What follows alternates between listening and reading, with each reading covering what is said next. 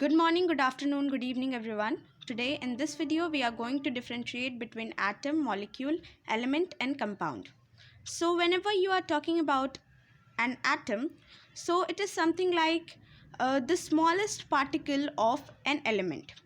So जब भी हम एक एलिमेंट के सबसे स्मॉलेस्ट पार्टिकल की यानी उसकी सबसे स्मॉलेस्ट यूनिट की बात करते हैं तो वो होता है एटम.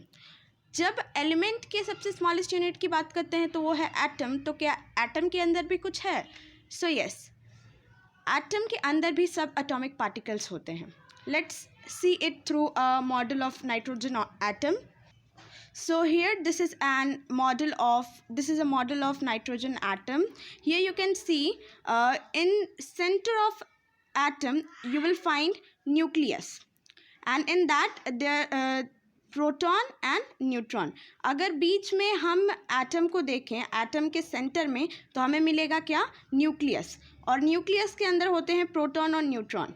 प्रोटॉन एक ऐसा सब एटॉमिक पार्टिकल है जिसके ऊपर पॉजिटिव चार्ज होता है और न्यूट्रॉन एक ऐसा सब एटॉमिक पार्टिकल है जिसके अंदर नेगेटिव चार्ज होता है.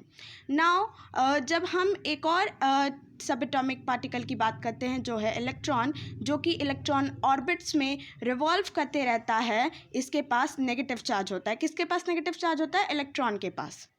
नाउ एटम के बारे में अब कुछ और पढ़ लेते हैं हम. जिन ऑर्बिट्स की हम बात कर रहे हैं, इलेक्ट्रॉन की ऑर्बिट्स की, उसमें इनर मोस्ट ऑर्बिट में 2 इलेक्ट्रॉन्स होते हैं और आउटर मोस्ट ऑर्बिट में 8 इलेक्ट्रॉन्स मैक्सिमम आपको मिल जाएंगे. वो 6 भी हो सकते हैं, 7 भी हो सकते हैं, लेकिन 8 is the maximum value of electrons in outer most orbit. Now इसमें इलेक्ट्रॉन की डिस्कवरी जे थॉमसन ने की थी, प्रोटॉन की डिस्कवरी रदरफोर्ड ने की थी और न्यूट्रॉन की डिस्कवरी चार्टविक ने की थी. नेक्स्ट टॉपिक जिसके बारे में हम बात करने वाले हैं वो है मॉलिक्यूल. सो मॉलिक्यूल एक बॉन्ड होता है एटम्स का. तो मॉलिक्यूल्स सेम काइंड के एटम का भी बॉन्ड हो सकता है और डिफरेंट काइंड के भी एटम का बॉन्ड हो सकता है.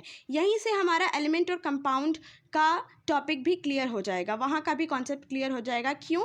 क्योंकि जो सेम काइंड के एटम्स होते हैं, जो सेम काइंड के एटम से बने मॉलिक्यूल होते हैं, वो होते हैं मॉलिक्यूल्स ऑफ एलिमेंट. एंड जो डिफरेंट काइंड के एटम से बने हुए मॉलिक्यूल होते हैं वो होते हैं मॉलिक्यूल ऑफ कंपाउंड. इनको आप याद कर सकते हैं.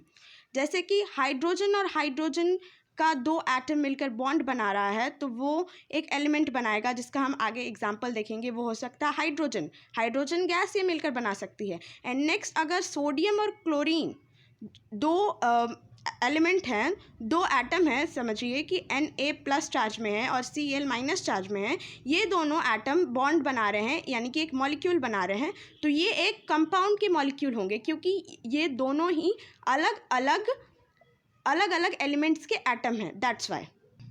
Next is element. सो जो हमने पढ़ा कि वैसे मॉलिक्यूल्स जो कि सेम काइंड के एटम से बने हुए हैं वही कलेक्टिवली एलिमेंट कहलाते हैं. जैसे कि हाइड्रोजन का हमने एग्जांपल लिया था, तो हाइड्रोजन के बहुत सारे मॉलिक्यूल्स मिलकर ही वो कलेक्टिवली H2 गैस यानी कि हाइड्रोजन गैस बनाने वाले हैं.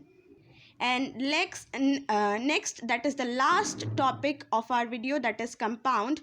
So compound वैसे मॉलिक्यूल से बने होते हैं जो कि डिफरेंट टाइप के एटम का बॉन्ड बनाते हैं. कंपाउंड में वैसे मॉलिक्यूल होते हैं जो कि डिफरेंट टाइप के एटम के बॉन्ड से बने होते हैं. जैसे कि एग्जांपल हम वही सेम लेंगे, Na और Cl. Na के पास पॉजिटिव चार्ज है और Cl के पास नेगेटिव चार्ज है. तो ये कलेक्टिवली बहुत सारे मॉलिक्यूल्स मिलकर के क्या बना रहे हैं? NaCl, that is sodium chloride.